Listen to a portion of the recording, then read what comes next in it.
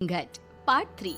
अब तक हमने देखा कि देविका की हालत बहुत नाजुक है, लेकिन घर के आदमी उसे डॉक्टर के पास नहीं जाने दे रहे और जोगिंदर ने घर के मेन गेट पर बहुत बड़ा ताला लगा दिया है। लेकिन देविका की सास विमला पहली बार घूंघट उठाकर समाज के बनाए नियम का उल्लंघन करती है और देविका की जान बचाने की कोशिश में जुट जाती है। मैं भी देखती हूँ मेरी बहू को डॉक्टर के पास जाने से कौन रोकता है। देखो सचिन के बापू, दरवाजे की चाबी दे दो मुझे। तुम्हारा दिमाग ठिकाने पर है, पहले सर पर पल्लू रखो और अंदर जाओ। आज तक मैंने आपका हर गलत फैसला सर झुकाकर स्वीकार कर लिया, लेकिन आज मैं आपकी एक बात नहीं सुनूंगी। मुझे मेरी बहू की किसी भी कीमत पर जान बचानी है। मुझे चाबी दे दीजिए। पिताजी, माँ ठीक बोल रही है, चाबी दे दीजिए ना, नहीं तो देविका नहीं बचेगी। देविका मरती है तो मर जाए, लेकिन यह दरवाजा नहीं खुलेगा। तुम सारी औरतों को इस देविका नाम की बीमारी ने पागल कर दिया है और इस बीमारी का अच्छी तरह से इलाज करना आता है मुझे। वीना बेटी, सुजाता बहू, जाओ अंदर से देविका को लेकर आओ।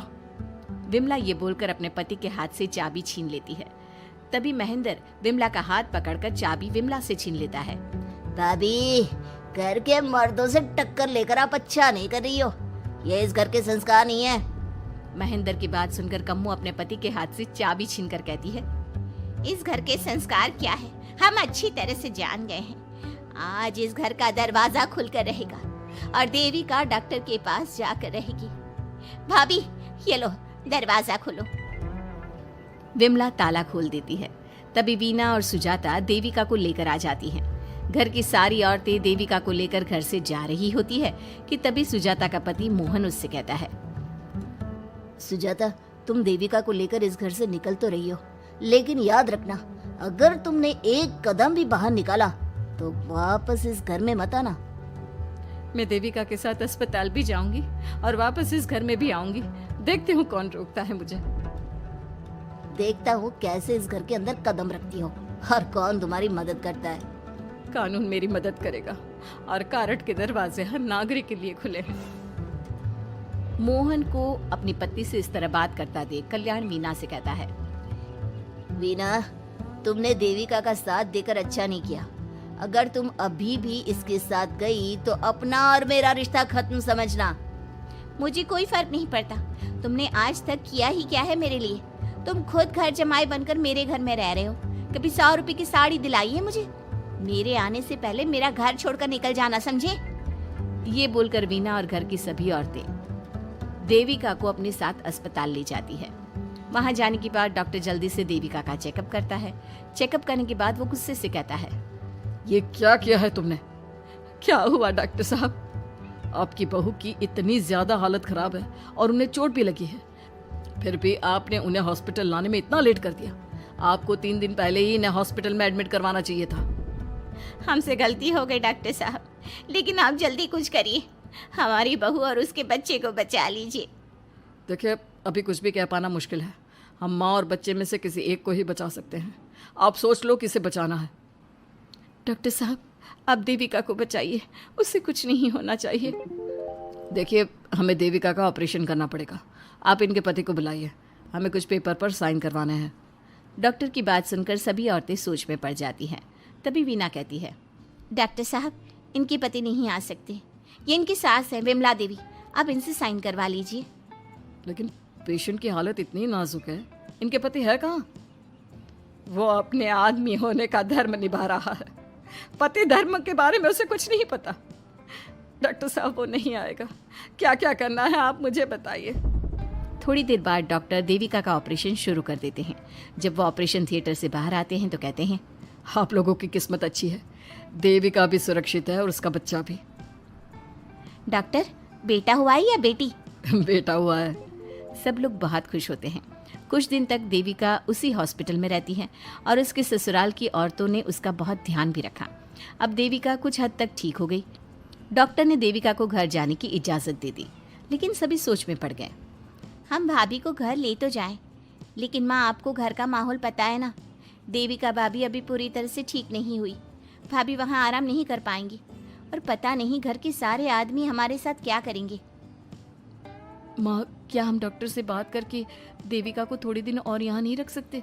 जब वो पूरी तरह से ठीक हो जाएगी तो उसे यहाँ से ले जाएंगे। ये बात सुनकर विमला सोच में पड़ जाती है। तभी कम्मो कहती है, तुम दोनों ठीक कह रही हो, मैं अभी डॉक्टर से बात कर लेती हूँ। कम्मो डॉक्टर से बात कर लेती है और देविका कुछ दिन में बिल्कुल ठीक हो जाती है। देविका अपने बच्चे को गोद में लिए बाकी औरतों के साथ अपने ससुराल जाती है, लेकिन घर के सभी आदमी उन्हें दरवाजे पर ही रोक देते हैं। खबरदार, तुम में से कोई भी औरत अगर घर के भीतर घुसी, अगर तुम घर में कदम रखोगी तो घर अपवित्र हो जाएगा। घर हमारे कदम रखने से अपवित्र नहीं होगा, बल्कि आपकी गंदी सोच की वजह से घर क्या, अरे पूरा समाज अपवित्र हो रहा है। सुजाता, मैंने मना किया था ना घर से बाहर जाने के लिए। अब एक काम कर, जैसे ही यहाँ आई है वैसे ही यहाँ से सीधा अपने मायके लौट जा। क्यों जी, क्यों चली जाऊँ मैं अपने मायके? मैं जब तक चाहूँ यहाँ रह सकती हूँ। अगर आपने मुझे इस घर में आने से रोका तो मैं आपकी पुलिस में शिकायत कर दूंगी। वीना, इन सब की तरह तुम्हारा भी दिमाग खराब हो गया है। अब मैं तुम्हें बिल्कुल बर्दाश्त नहीं करूंगा। तुम्हें ऐसी सजा दूंगा कि तुम याद रखोगी। सजा बाद में देना, पहले मेरे घर से बाहर निकलो।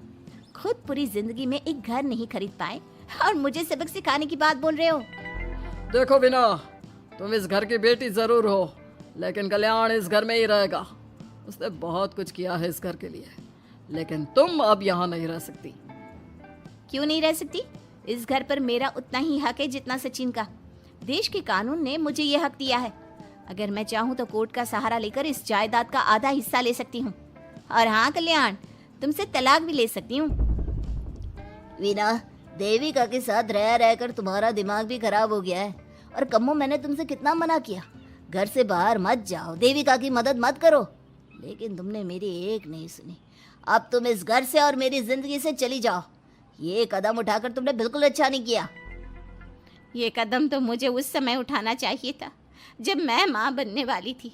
आपके झूठे अहंकार और गलत नियमों की वजह से मैंने अपने दो बच्चे खो दिए।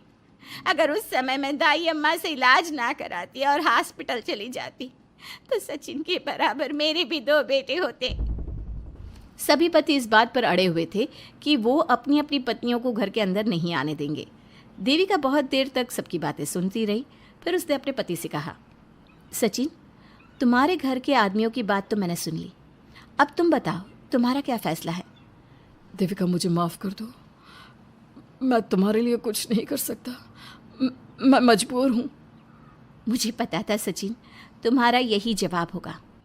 मुझे अपने आप पर हैरानी है कि मैंने बिना रीढ़ की हड्डी वाले आदमी से प्यार ही क्यों किया, शादी क्यों की। अब मैं आप सबसे बस आखिरी बार पूछ रही हूँ, तुम हमें अंदर आने दे रहे हो या नहीं, या मैं पुलिस को फोन करूँ? देविका, आज तक हमारे गांव में पुलिस ने कभी कदम नहीं रखा और तू हमारे घर के दरवाजे पर पुलिस को लेकर आएगी? तेरी हिम्मत कैसे हुई ये बात करने की? आज तक इन औरतों ने घर से बाहर कदम नहीं निकाला था और 2-4 दिन में तूने इन सबको इनके अधिकार भी याद करा दिए। अब तो तुम बिल्कुल इस घर में नहीं आ सकते। घर की औरतें घर के बाहर खड़ी थी और घर के आदमी घर के दरवाजे पर। उनकी लड़ाई देखकर पूरा गांव इकट्ठा हो गया। देविका को अस्पताल पहुंचाकर घर की औरतों ने काम तो अच्छा किया। इस काम से देविका और उसके बच्चे की जान भी बच गई, लेकिन इनकी जान बचाने की कीमत घर की औरतों को कैसे चुकानी होगी, इसके लिए आपको आने वाला एपिसोड देखना होगा। और हमारे प्यारे दर्शकों, हमें कमेंट करके ज़रूर बताइए कि देविका के साथ बाकी औरतों को क्या करना चाहिए। क्या उन्हें घर के अंदर जाने के लिए संघर्ष करना चाहिए या फिर वो घर छोड़कर चले जाना चाहिए?